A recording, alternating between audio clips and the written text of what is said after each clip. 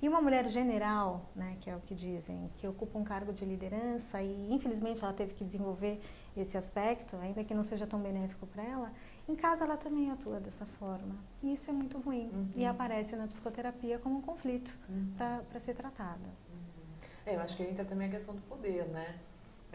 Todo mundo se sente, o ego infla com poder. Né? Seja nós podemos ser mulheres, homens, não adianta, quando começa a ter muito poder.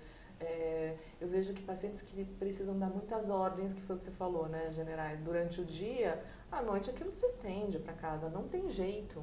São mulheres que dão mais ordens aos filhos, dão mais ordens ao marido. Não? E ao psicoterapeuta, né? E são padrões que a gente precisa trabalhar e começar a quebrar, para que a pessoa tenha a chance de ser quem ela é, sem precisar de todas essas amarras.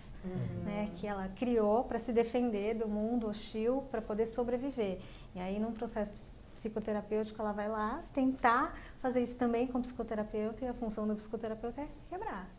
Quebrar dando condições para a mulher poder se desenvolver também e desenvolver outros aspectos para sobreviver. Claro. E não que tenha algo de errado com isso, com essa diferença. Você acha que isso é uma coisa não saudável, Silvia? Porque tem casais que se encaixam nesse modelo, nessa dinâmica de funcionamento, né? Assim, de um mais forte e de outro menos. Geralmente existe essa diferença, não é muito equilibrado, né? Não é muito simétrica a relação, né? Existem os casais mais simétricos, mas sempre tem essa assimetria. E daí acho que vai além da questão do gênero, né? Estou lembrando aqui da Margaret Thatcher, do filme lá, Damas de Ferro, né? Uma mulher extremamente general, como você colocou, e um homem que ficava em casa e que tinha todas as carências afetivas que geralmente são retratadas pelas mulheres, né? Daquele homem que trabalha demais, que não dá tempo para ouvir a queixa da mulher em relação aos filhos, que não vai na reunião da escola, quer dizer, só pensa em trabalhar e ganhar dinheiro e que não dá o afeto para a família. Ali estava invertido. Então, o gênero aí não importa muito, quer dizer, é mais uma dinâmica do casal, né? Sim. Porque assim como você disse, eu conheço casais que realmente vão muito bem nesse aspecto, assim, da mulher que trabalha, que provê, e o homem que cuida da casa e gosta disso e dá lá algumas aulas em paralelo, quer dizer, para dar um extra para a família, mas que tá tudo bem e são felizes assim e ele acompanha, quer dizer, isso funciona, né? Funciona também, desde que não haja conflito nessa relação, que seja em comum acordo, que ninguém se submeta à situação, então ok. Porque o que você falou eu acho muito importante, né? A escolha feminina, né? A gente pode escolher. Existem pessoas, homens e mulheres, de todos os tipos. É difícil, é complicado a gente generalizar, né? Porque senão parece assim, porque o homem moderno tem que ser assim. O homem moderno, ou a mulher moderna tem que, como a Renata falou, né? Tem que trabalhar, tem que ganhar. Não tem, que existe a mulher que não quer trabalhar, que quer ficar em casa, que vai se dar super bem com um homem que vai querer comandar, por exemplo, a parte, né? Então, a gente não tem que nada, né? A gente não tem que nada. Acho que cada panela tem sua tampa. Exatamente. É uma questão de observação do que está acontecendo, né? Como um fenômeno na nossa frente, ainda mais que a gente lida com a intimidade das pessoas, isso aparece cada vez mais. A Ana, ela fala o seguinte, que ela está contando para Adriano, né? Somos poderosas. Eu cuido da casa, dos carros, da empresa, da família, dos cachorros, passarinhos, até dos vizinhos. Que sempre foi uma função feminina, hein? Cuidar dos vizinhos. É uma função feminina. É uma função de acolhimento, né? De cuidado, de cuidar do outro. E ela fala, mulheres e homens ao longo de boa parte da história da humanidade desempenhavam papéis sociais muito diferentes. Tanto é, né, que eu estava lembrando, quando a gente fala, eu acho que já mudou muito, mas no meu trabalho de conclusão de curso, eu fiz sobre mulheres e outro sobre homens, na terceira idade. As mulheres na terceira idade, sobre vários aspectos do feminino na terceira idade, vários do masculino. O que eu percebi, que foi uma coisa que me entristeceu bastante na época, é que assim, as mulheres na terceira idade estavam muito mais animadas, assim, 40 mulheres para um homem no curso de terceira idade da PUC fazendo faculdade, querendo se desenvolver, umas cuidando das outras, então uma sabia da família da outra, cuidava, sabia do filho, ligava, se encontrava à tarde. E os homens, quando, né, para minha surpresa, quando eu fui fazer entrevista com os homens, assim, 90% dos meus entrevistados estavam deprimidos. Diziam que não tinham mais função social porque não trabalhavam mais, porque já estavam aposentados, que desde que se aposentaram sentiam uma tristeza muito grande. não conseguiam, lógico, a gente está falando de um homem de talvez, sei lá, 10, 12 anos atrás, mas que eram nossos avós, né? Assim, estavam completamente se sentindo sem papel social. E não é porque estavam na terceira idade, é porque não trabalhavam mais. O homem é muito identificado com o trabalho. Não adianta, né? Eu vou te perguntar. Isso vem de um papel social ou não? Isso vem do masculino. O masculino, ele precisa estar para fora, ele precisa estar desenvolvendo trabalhos e não adianta ele estar só para dentro ou até mesmo para dentro do núcleo familiar ou dentro de casa que ele não se sente tão realizado. O homem sempre foi um caçador, ele sempre saiu para caçar. É da natureza do masculino ir para fora, a ação. Não que não seja da mulher também, mas a princípio o homem parte para a ação, para fora. E aí quando o homem se vê sozinho e tendo que internalizar a sua história de vida, a sua aposentadoria, tendo que elaborar uma nova condição, ele deprime. E aí é interessante o papel da mulher nessa situação, né? Tem muitas que deprimem junto. Então, quem trabalha também com pessoas com mais idade percebe isso. E tem outras que resgatam esse homem e levam esse homem à comunidade, aquela comunidade que ela fomentou durante toda uma vida. Então, as amigas do condomínio, do clube, da igreja, e começa a inserir esse homem. Então, às vezes vale a pena insistir, né? Porque a mulher ela é boa nisso, né? Normalmente as mulheres têm essa capacidade de acolhimento, de trazer, de resgatar. E de mostrar outras ações para fora que esse homem pode fazer que não seja o trabalho, né? Eu trabalho bastante com pacientes idosos também e eu vejo realmente os pacientes homens que estão melhor, que estão mais saudáveis mentalmente, psiquicamente falando, são aqueles que saem. Eles não trabalham mais, mas eles têm atividades. Um participa do coral, do grupo de terceira idade, ou faz aula de tango, ou faz isso, faz aquilo, e namora, e conquista. E tem as mesmas histórias com as mulheres, quer dizer, essa atitude masculina da conquista, da caça, entre aspas, continua, né? Mas de uma outra forma, sem essa pressão e essa culpa por estar se sentindo inútil, por não ganhar mais dinheiro, não estar mais trabalhando, ou não ter mais a virilidade que tinha antigamente, né? Hoje a gente tem Viagra, né? Que ajuda bastante nesse sentido. Isso é uma coisa que eu coloco no final, porque o Viagra estava aparecendo no mercado quando eu acabei a tese com os homens.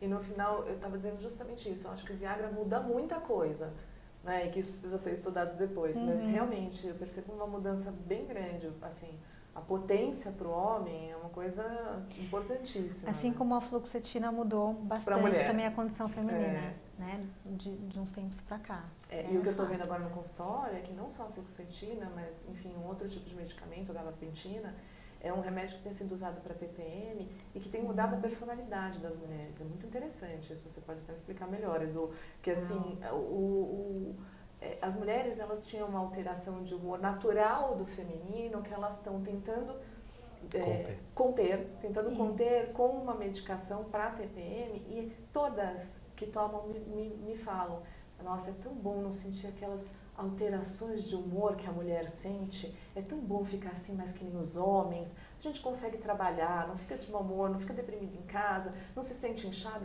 é tudo ótimo. Então, quer dizer, será que nós, mulheres, não estamos tentando com isso, né, ficar ali com os homens? Assim, eu vejo que a gente está tentando se transformar, trazer um masculino, trabalhar com o masculino ou não, essa é a condição social que é impressa para a gente tem que ter um comportamento masculino para estar no mundo do trabalho. É muito importante esse tema, acho que só esse tema já daria um programa inteiro.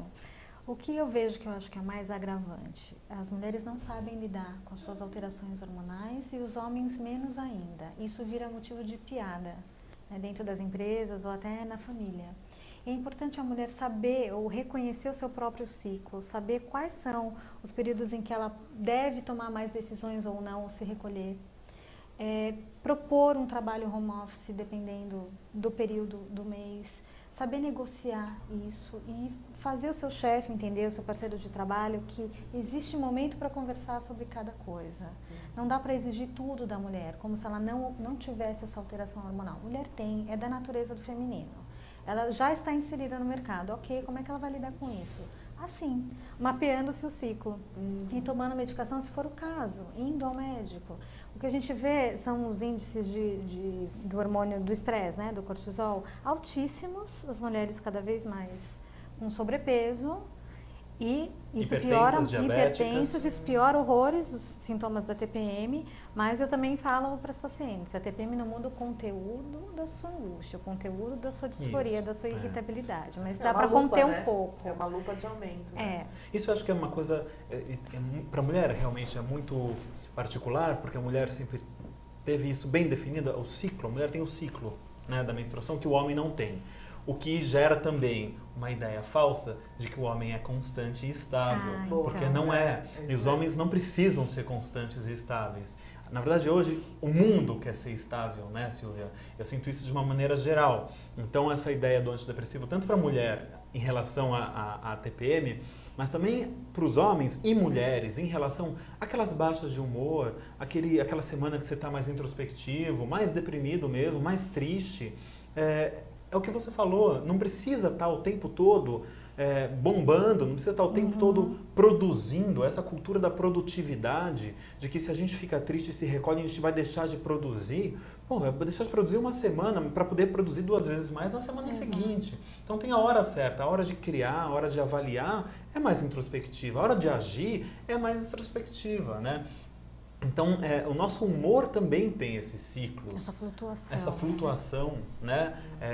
A gente tem aí, o mundo é dinâmico inteiro, né? A maré vai e vem, a lua muda, quer dizer... Tudo é dinâmico. Por que a gente tem que estar o tempo todo estável e produzindo, que nem máquina? Quer dizer, eu acho até meio ridículo a gente ainda ter esse tipo de pensamento, que é uma coisa tão século XX, né, que hoje em dia já foi tão debatido e é até hoje debatido, mas não adianta. As pessoas ainda se cobram e se culpam por não conseguir trabalhar aquele dia ou por ter que pedir ajuda para alguém, seja para o marido, seja para o analista, seja para a amiga, né? Então se eu pedir ajuda porque eu sou impotente, eu sou fraca. E o homem é a mesma coisa, né? Imagina, eu tenho altos e baixos, eu não sou mulher, pô, não tenho TPM, eu não tenho direito. Mas tem, né? Tem, pô, tá triste, tudo bem, vamos olhar para isso. Né? É que eu acho que assim, Edu, é um pouco diferente quando é TPM.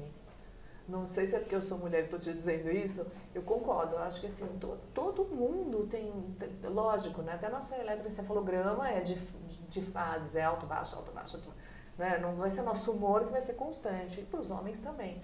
Agora, é arrebatador, Edu, assim, você tem uma TPM forte, assim, o mundo está cobrando que você atende, vai lá trabalhar, vai lá atender, vai lá dar conta dos filhos, vai... Só que assim, não dá, é de tirar do sério. É perigoso. É perigoso. Tem uma TPM maltratada ou não tratada é muito perigosa, vocês sabem muito mais. Isso eu acho que é legal colocar, porque então é bom ter o tratamento. Porque daí tem TPMs e TPMs, é uma coisa que a gente sempre repete aqui, né? Primeiro, cada caso é um caso, a TPM da vizinha não é a sua, né? Ela toma remédio, vamos ver se você precisa, talvez não precise, né? Que bom que hoje existem os antidepressivos que ajudam bastante a reposição hormonal, a pílula anticoncepcional, vários outros fatores que diminuem um pouco o desastre da TPM, né? Mas você poder tratar, você poder lidar com isso de uma forma mais confortável é diferente de você se cobrar uma cura de uma condição que é natural da mulher. Sim. Né? Claro que eu acho que assim, a gente não pode querer que o mercado de trabalho entenda isso hoje, né? Então hoje o mercado de trabalho entenda que a mulher tem TPM, que vocês precisam, que todos nós precisamos pegar mais leve. Mas eu acho que pode começar pela gente. Se a gente entende que a gente tem uma alteração de humor, que se a gente entende como a gente está se sentindo e trabalhar a favor disso, talvez a gente mude um dia esse aspecto social. Sim, já está acontecendo essa transição. Eu acho que são negociações sociais, eu chamo assim. Nada que é feito de maneira rígida ou imposta dá muito certo. Né? É uma mudança de cultura e de paradigma. Homens que têm filhas mulheres e que são empresários entendem exatamente o que é isso. Né? O que antes eles não sabiam, porque ninguém tinha acesso à TPM da própria mãe, ou não entendia que o nervosismo da mãe, em determinada fase do mês, era TPM. Mas agora os homens estão mais participativos nesse sentido, então tem que saber negociar com eles. e com elas também, as nossas chefes, né? E com vocês mesmas, né? Isso eu acho que é importante, assim, que vocês colocaram agora. É uma mudança que tem que vir de dentro para fora.